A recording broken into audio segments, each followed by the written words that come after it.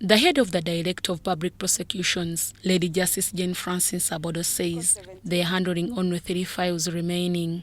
Regarding abuse of Karamoja iron sheets, it is also possible because most of those are not really exonerated as such. Not exonerated because I said the case files. Oh, no. The 27 are the file. You remember at the beginning when we went in there, you know, when you go into an investigation, it's like blind. You don't know actually what you're going to get there. When we went in there, it was just about iron sheets. So the 27, I said we had to close at the early stages where we found that they were genuinely given out. They were from the Bunyoro docket. They were genuinely given out, and we actually closed those files. We still have about 3 files still under investigations, and a determination will be made at the conclusion of the inquiries. Although at the initial stage of investigating the scandal, the DPP's office had 40 files. However, since some files had no criminal element in them, they dropped them, remaining with only 6 files now. Circumstances under the iron sheets were received by these individuals, the manner of use of the iron sheets upon receipt of the same, and the refunds, as I told you, which were made both in kind. After perusal, we found that 17 case files, there was no evidence. There was no criminal evidence really to charge anyone. And we decided that we take an administrative action and let them refund the iron sheets either in cash or by the same quality and quantity. And that's what they have done. And a number of factors were taken into consideration. The Director of Public Prosecutions Office also highlights the reasons why some ministers and members of Parliament were not prosecuted. We found in most of the files, actually, more than 3/4 of them, it was the PAs who received. And then, by the way, we found out also in the course of investigations that most of these ministers had written to the office of the Prime Minister, had written letters as far back as 2019, 2020, asking for iron sheets. So now they're informed by their PS that we have been called from the office of the Prime Minister to receive the iron sheets, they just went and just received the iron sheets. And I say this with all sincerity, not even once as the President called me and told me, I need you to handle this case this way. When I actually took up this, when I was appointed the DPP, one of the things that I feared most was political interference. I said, how am I going to handle it? I am starting my 4th year as a DPP. And not even once, and I say this with all sincerity, not even once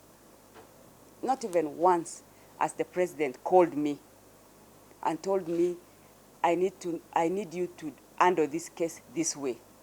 Not even once. And I say that with all sincerity, and I want the country to know that. And that has made my work so easy. There's several people who come here. I have so many people who come here every day. We are from State House.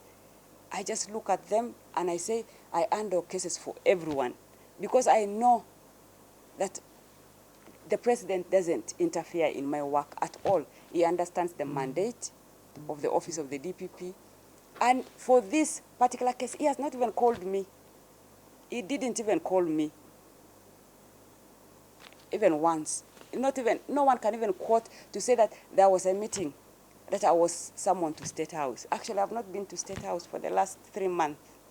I think I was last there in March or February. I have not been there. So that's what I want you to know. There is no, I don't know if the Prime Minister said that, but there is no political interference whatsoever, especially from the President himself, because that's where I see that's where I can say political interference.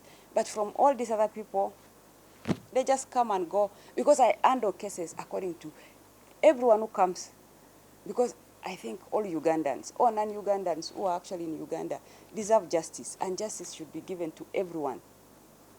And I use the same scale to give it. And when I go back home and I sleep well, by the way, I have not had sleepless nights over any case. I have not.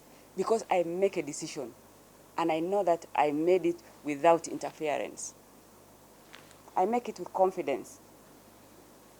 As of now, out of 14,500 iron sheets which were mismanaged, so far 2,295 iron sheets have been recovered, remaining with over 5,000 which are still at large. In files, I am not able to really give you the names.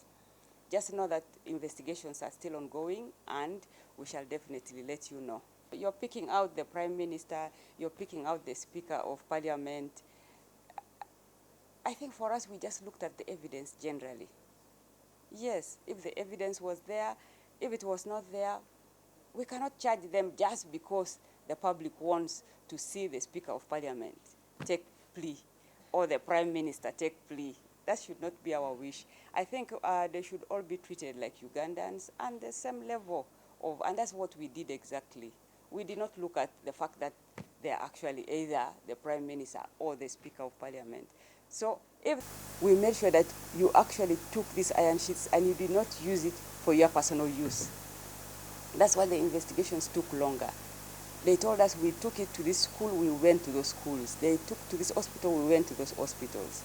So it is, that is just, we didn't find any evidence really to charge, apart from telling them now that you found that these were actually not meant for your constituency, then refund.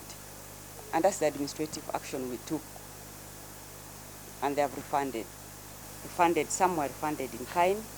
1,000 of them were actually paid in cash. And 2,295 recovered from suspects' home. So we have about from, the total was 14,500. So we now have about 5,105 iron sheets which we are yet to recover. I say all this for God and my country. The three ministers and their co-accused are facing charges of abuse of office, dealing with suspect property, diverting public property, and dealing with stolen property, which offences they all pleaded not guilty to. Deborah Namamonde.